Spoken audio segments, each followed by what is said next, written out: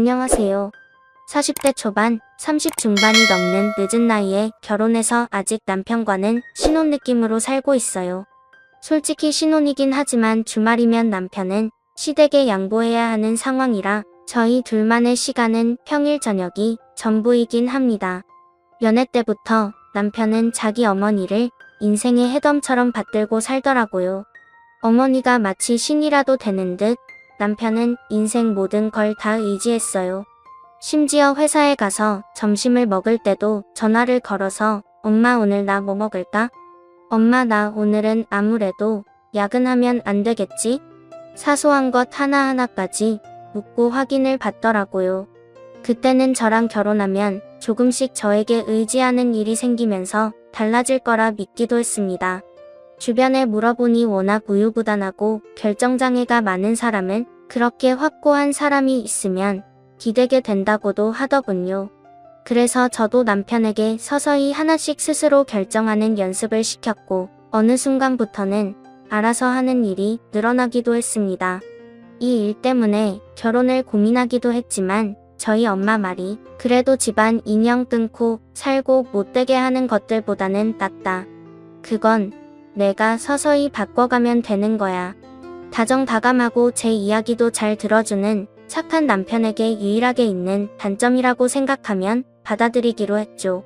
그런데 결혼하고 보니 이미 자기 엄마가 전부인 사람을 한순간에 제가 바꾸긴 불가능한 부분이 참 많더군요. 얘야, 오늘 7시면 집 도착하지? 삼계탕에서 갈 거니까 잠깐 주차장 쪽으로 내려올 수 있니? 내 어머니 갑자기 근데 무슨 삼계탕을 오늘 준환이가 삼계탕이 생각난다서 남편의 사소한 문제까지 하나하나 다 시어머니께 통보받아야 하는 일이 너무 많아졌죠. 그뿐만 아니었습니다. 다음 달 승진 준비에 조금 더 몰두해야 될 것 같다. 경쟁자가 없었다가 지금 비슷한 연차 동기가 생겼다니까 회사 일에 더 집중할 수 있게 너도 열심히 도와줘라. 오늘 중요한 발표 있다는데 잘하고 왔는지도 물어보고. 아, 승진 대상자래요? 그 얘긴 처음 듣는데. 그리고 애 생기면 거기서 셋이는 못 산다. 저번 주말에 집 보고 왔으니까 너도 준환이한테 사진 받아서 보고 나한테 이야기해줘. 아무래도 바쁘게 회사 다니는 둘이 보는 것보단 내가 낮에 다니는 게 낫지. 집까지 보러 다니셨어요? 저희 이사할 집을 언제요? 몇 주째 지금 보고 있어. 사진 받아서 보고 말해줘. 우선 알겠습니다. 물어볼게요. 먹는 것부터 사는 문제까지 이런 일로 잦은 싸움도 정말 많아졌고 그때마다 시어머니가 눈치채고 저에게 전화를 걸어서 풀어주려고 하는 것 같은 기분도 들어서 불쾌한 마음이 더 들었어요. 남편의 사소한 문제까지 하나하나 다 시어머니께 통보받아야 하는 일이 너무 많아졌죠. 제 남편이지만 뭐를 먹는지 회사 일은 어떻게 하는지 전듣도 보도 못한 이야기인데 시어머니는 실시간으로 다 듣고 파악하고 있는 것 같아 자존심이 상하기도 하더군요. 그런데 어느 순간부터는 긁어부수면 만들지 말잔 생각이 들었습니다. 그것 하나 때문에 싸우느니 내려놓자고 결론 내린 것 같아요. 남편은 안 봐도 쭈루룩 가서 엄마한테 상담을 했을 거고 아니 그대로 다 일러 바쳤겠죠. 사움 후 꽃다발과 케이크를 들고 와서 휘죽거리는 것도 시어머니 짓이라는 생각이더니 그런 행동도 달갑지 않았습니다. 당신 나이가 몇 살인데 문제 있단 생각 안 들어? 나도 알아. 그런데 내가 8살 때부터 아버지 없이 엄마랑 단둘이 살았잖아. 그래서 더 끈끈한 것도 있고 고민이 하나 생기면 다음 일이 넘어가지를 않는단 말이야. 자꾸 그 일에 사로잡혀 버려서 어떻게든 넘겨야 하니까 그때마다 엄마가 해결을 해줬어. 나한텐 엄마가 유일한 가족이고 친구고 그러니까 문제 있다는 거 알긴 알아. 그럼 나하고는 왜 결혼했어? 나는 인형이야? 그렇게 말하지 마. 내가 엄마한테 상의하는 습관은 이제 고칠게. 나도 문제 있다는 건 아는데 자꾸 위기에 몰리면 엄마부터 생각이 나서 그래.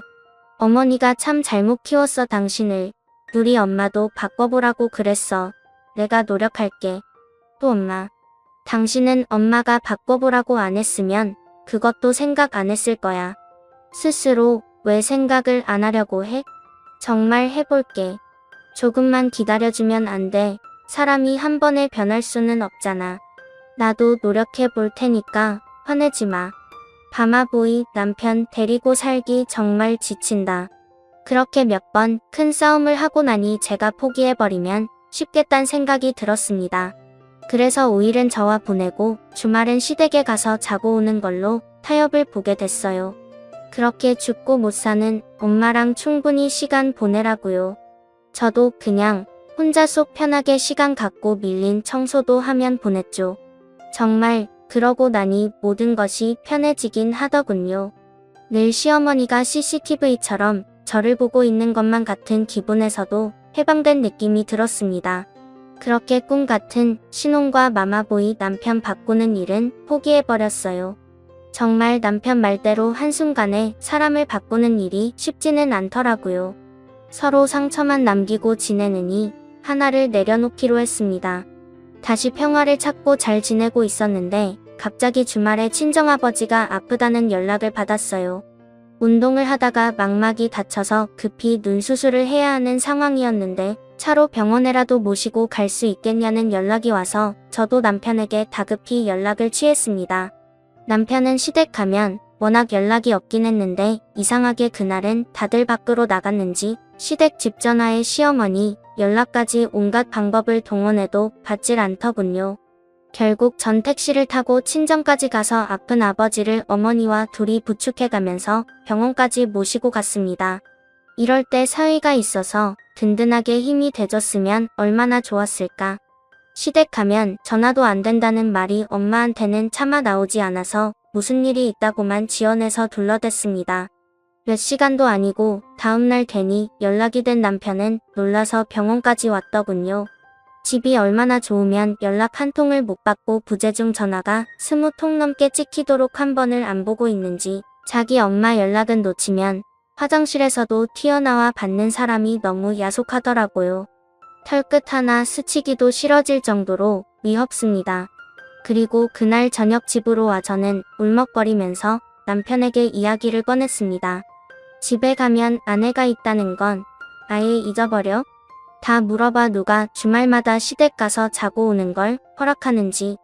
나 정말 당신 맞춰주려고 최선을 다하고 있어. 미안해 몰랐어 뭐 하느라 하루 종일 연락이 안 돼. 자기 엄마 전화는 튀어나와서 어떻게든 받잖아.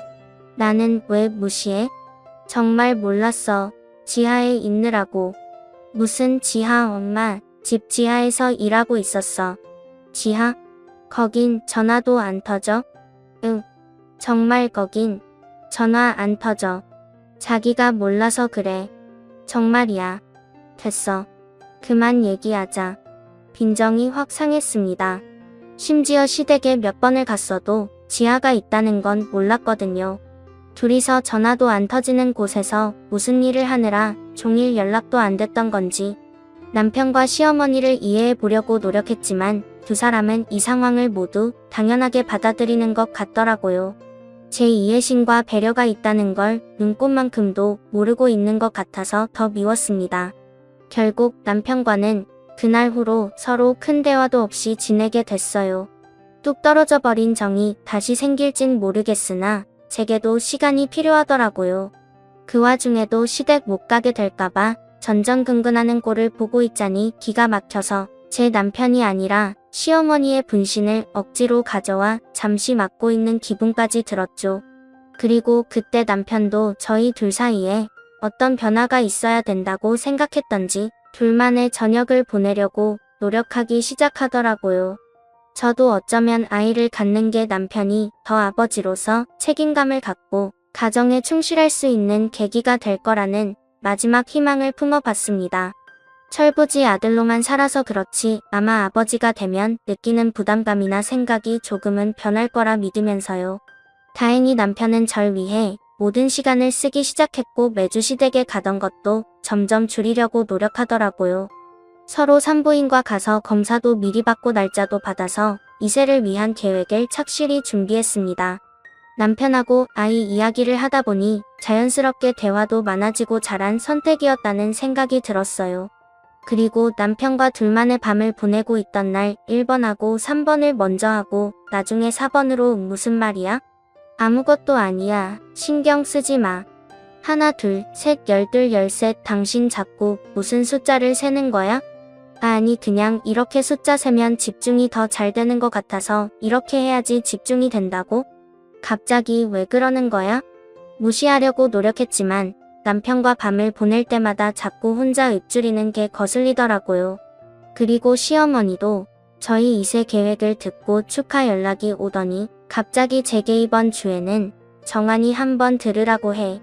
저도 어머니 뵌지 너무 된 것 같은데 같이 갈게요. 아니 우리는 주말에 밖에서 맛있는 거 먹어야지. 정한이는 그냥 잠깐 내가 알려줄 게 있어서. 아, 네 알겠습니다. 아직도 시어머니에겐 저 며느리가 아니라 아들 돌보는 사람이구나 서운한 감정이 들더군요.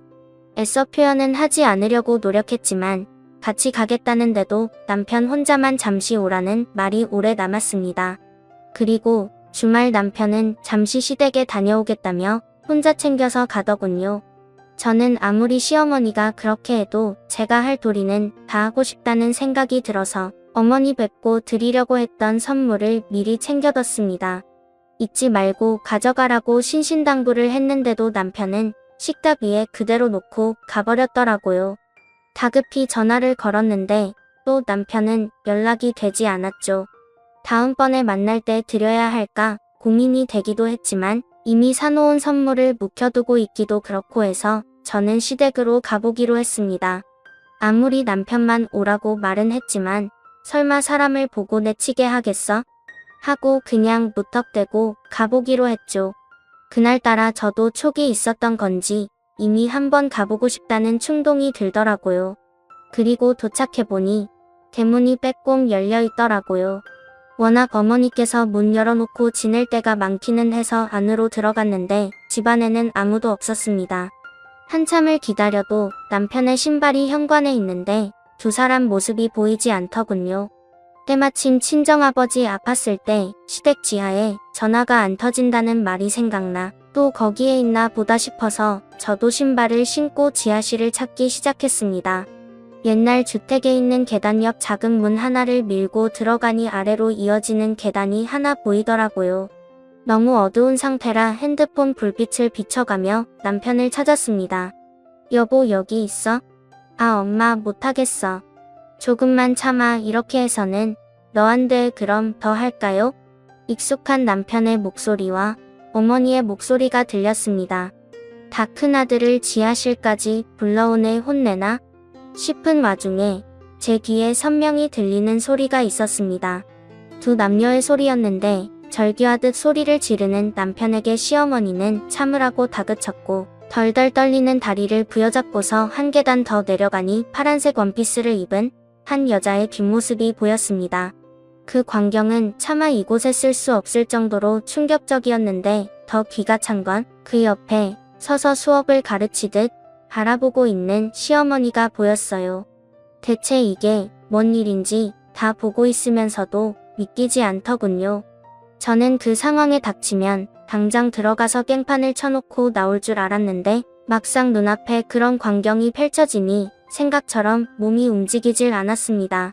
그 와중에도 시어머니는 계속 남편을 다그치기 시작했고 여자는 더듬거리는 목소리로 힘들다고 그만하라고 하니 시어머니가 남편에게 다그치듯 이렇게 해서 언제 애를 가질 거냐. 내 마누라랑 연습 좀 해오라고 했지.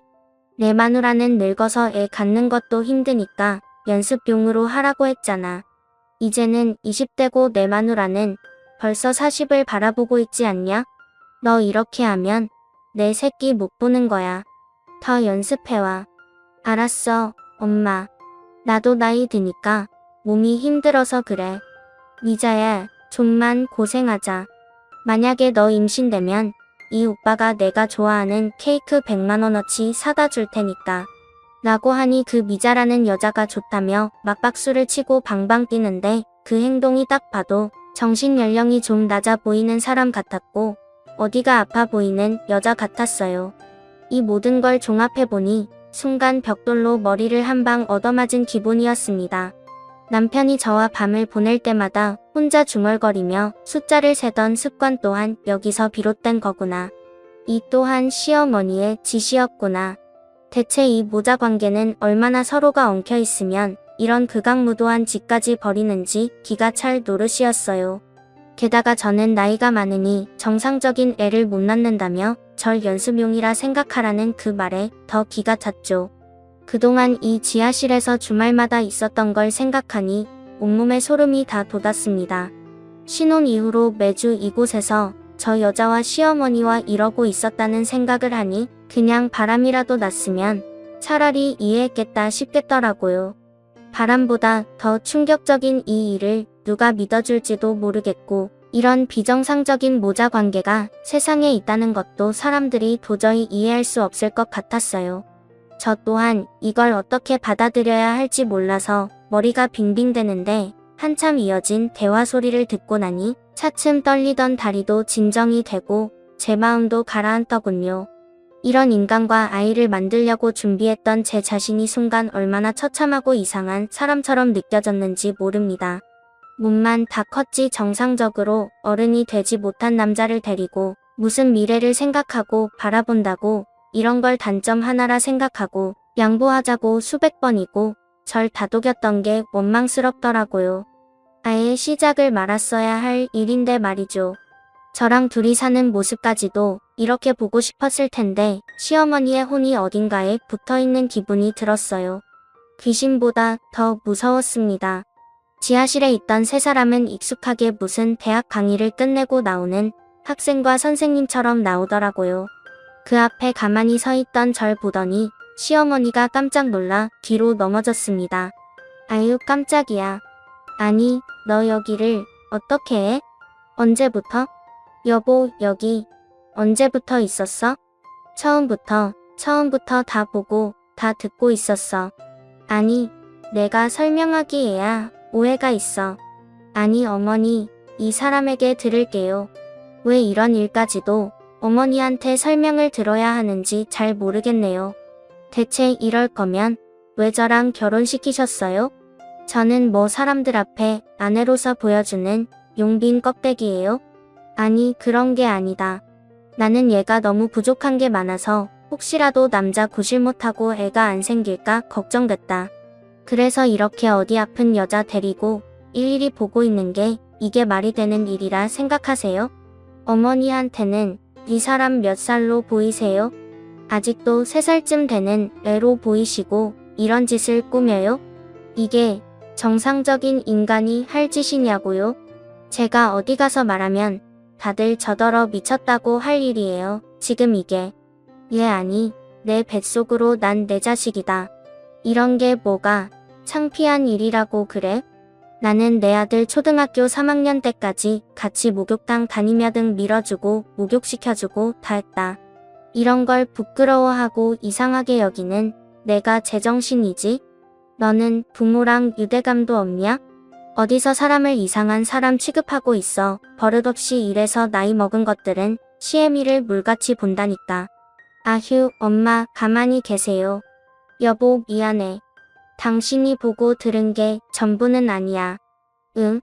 한 번만 제발 한 번만 봐줘. 조용해 머저리 같은 놈아. 넌 남자 구실이 아니라 인간 구실 자체를 못하는 놈이야. 그냥 이렇게 계속 내 엄마 인형으로 살아두 분 인생에선 제가 빠지는 게 맞겠네요. 그리고 아가씨 이거 다 이 사람들이 시킨 거예요? 아니면 아가씨가 하겠다고 한 거예요? 괜찮으니까 얘기해 보세요. 무섭게 뭐라고 하지 마세요. 나가서 말을 해요. 야 미자야 무슨 말을 해? 너 일로 와. 일로 안 와? 이거 놓으세요. 나는 이 아가씨한테도 들을 말 있으니까요. 대체 당신 애들 뭔 짓 했는지 내가 다 밝혀낼 거야. 여보 내가 잘못했어. 정말 다신 안 그럴게. 엄마하고도 연락 안 하고 살게. 그럼 되지? 한 번만 봐줘. 이거 너 바보 같은 새끼야. 너 같은 놈한테서 내가 애를 가져보겠다고 생각한 내가 이상한 사람이지. 놓으라고 더럽게. 야 이놈아이 기집애가 뭐길래 나랑 연락을 안 한다 그래? 이런 싹수나란 기집애 그냥 갖다 버려라. 미자 너는 일로 안 와? 내가 우리한테 처먹은 게 얼만데? 나는데 저는 그 길로 그 아가씨 데리고 나와 자초지종을 듣게 되었어요. 알고 보니 그 아가씨는 정신적으로 조금 모자란 사람이었는데 원래 시어머니 집 지하실에서 본인 아버지랑 같이 쎄를 들어 살았대요. 그런데 아버지는 도망간 지 오래되었고 그 후로는 집주인인 시어머니가 그 아가씨를 돌봐주었다는데 완전히 시어머니의 종으로 살았더라고요. 시어머니께서 월세 대신 몸으로 때우라며 말도 안 되는 일을 시키고 나쁜 일까지 시켰다는데 저는 이 아가씨를 데리고 나와 경찰서로 가 이 모든 일에 대해 신고를 하였고 동시에 이혼 준비도 시작했어요. 곧바로 미자씨에 대한 수사는 시작이 되어 시어머니와 남편놈은 경찰서로 조사를 받으러 다녔고 거기에 저와의 이혼으로 법원까지 들락날락하는 신세가 되었죠. 역시나 남편놈은 법원까지도 혼자 오질 않더라고요. 심지어 변호사까지 고용했는데도 시모는 조정하는데 자기도 같이 들어가야겠다고 말도 안 되는 소리를 짓거리더라고요. 이혼 준비를 하는 과정까지도 저는 제 남편이 아닌 시어머니의 탈을 쓴 껍데기와 살았다고밖에 생각이 안 들었습니다. 모든 상황에 시어머니가 나서서 이혼까지 처리를 해주니 말이죠. 저는 그런 시어머니에게 세상 구경 많이 해두시고 당신 아들놈이랑도 딱 붙어 있으세요. 당신 곧 있으면 징역형 살 테니까 아들 얼굴도 못 보게 생겼잖아. 라고 했네요. 그렇게 전 짧은 결혼 생활로 이혼 소송도 금방 마무리가 됐는데 재산 분할은 할 것도 없어 2,800만 원 되는 위자료만 받아왔어요. 물론 이 돈으로 제 상처를 치유받을 순 없지만 그렇게라도 남편놈에게 죗값을 물고 싶었어요. 그리고 미자씨에 대한 사건은 아주 무거운 범죄로 판명이나 시모랑 남편놈 둘 다 형사소송을 받게 되었는데 둘 다 1년 7개월이란 징역형을 선고받게 되었어요. 제가 미자씨에게 무슨 도움이 될 수 있을까 하다가 이곳저곳 알아본 결과 다행히 미자씨도 인권협회분들의 도움으로 소송을 잘 마무리할 수 있었어요. 소송이 끝난 뒤 미자씨는 제게 더듬거리는 말로 언니가 나를 살렸다고 고맙다며 제 손을 잡아주는데 살면서 이런 경험을 또 해볼까 싶었어요. 제 주변의 모든 사람은 단순히 성격 차이로 저희가 이혼을 했는지 알아요. 아직까지도요. 차마 이 믿을 수 없는 그날의 일을 말하기도 그렇고 말한다 한들 누가 이걸 믿어줄지도 모르겠어서 내내 망설여지더라고요. 그리고 이 일을 제가 입 밖으로 꺼내기까진 마음의 준비가 되지 않았던 건지도 모르겠어요. 이제야 한 1년여 시간이 흐르니 여기에다 글을 쓸 수 있게 됐네요. 그나마 좀 아물었다고 생각해도 될까요? 그 인권과 짧게나마 신혼이라 보낸 시간이 제 인생에서 가장 헛되게 보낸 시절이었던 것 같단 생각이 들어 그게 아쉽습니다. 하지만 언제까지 껍데기를 껴안고 남편으로 아버지 역할까지 주면서 살 순 없잖아요. 혹시 저처럼 배우자가 될 사람이 부모님의 껍데기로 살아가고 있는 분이 있다면 꼭 결혼까지는 진지하게 생각해 보셨으면 좋겠어요. 저도 절 만나면 달라질 거라 생각했지만 그건 절대로 변하는 게 아니었고 더 심각한 상황까지 오니까요. 제 긴 이야기 들어주셔서 감사하고요. 다들 하시는 일마다 잘 되시고 행복하시길 바라겠습니다.